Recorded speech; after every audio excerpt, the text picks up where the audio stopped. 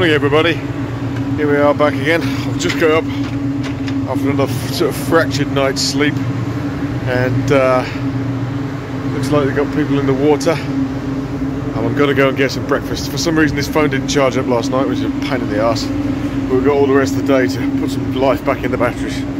So let's go and find out what the options for breakfast are.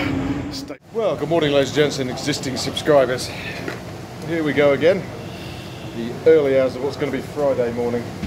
Come on shift after a slightly better night's sleep to find that not only are we air diving again, it's some fucking horrible piece of shit sticking out the seabed, but they're doing chamber diving, because unfortunately we're just in the range of depth of water where it's just slightly too shallow to use the SAP people, and slightly too, hang on, let me get this right, yeah, it's slightly too shallow to use any of the people in SAP for the excursion limits and the storage depth and everything. So instead of doing what we have been doing, which for those of you in the know will just mean a water stop or freezing your cock off for about 20 minutes at 20 foot, they're now throwing people in the chamber. We had a few new people come back, but it looks like it's going to be another one of those long ones. In the meantime, we're going to try and get some biscuits built today, and we've been promised curry for lunch. So yeah, all to play for today, and we've only just started. So stick around and let's see what happens. In this case, not a lot for the moment. You join us back on the deck where it's very, very noisy, and we're going to interview our standby diver now, Mr. Ian Kershaw. Ian, we're doing Surdio 2 today. Can you give us your reaction to that? Surdio 2, hit, miss or maybe? Fuck off. Surdio 2? Yeah, so generally I think the consensus is we don't really like that method of diving, but yeah, it's not good for you. So yeah, stay tuned, we'll see what happens. Have a look at the face of the next diver who comes out of the water. Right, well, in the spirit of doing a bit more ASMR stuff, I'm just going to focus on these lovely twinkling lights of the water.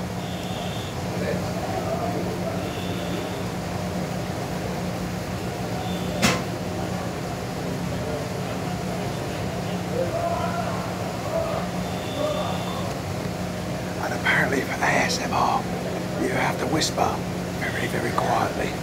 I don't know whether this ASMR stuff works at all, but it is quite soothing. And I came to the conclusion that the birds that we saw yesterday, that was quite ASMR too. They're actually quite close to land. You see, they're just the twinkly lights of some rotten Arabian cat litter tray. But yeah, back to our ASMR.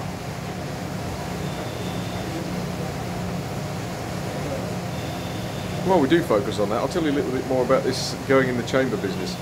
It's not like going into SAT. Instead of doing your dive and then just doing a safety stop in one of the cages, show you the cage there, and just sitting there for 20 minutes thinking about wasted opportunities in chartered accountancy, you are pulled out of the water at quite a reasonable clip. You then have a bucket of water thrown at you.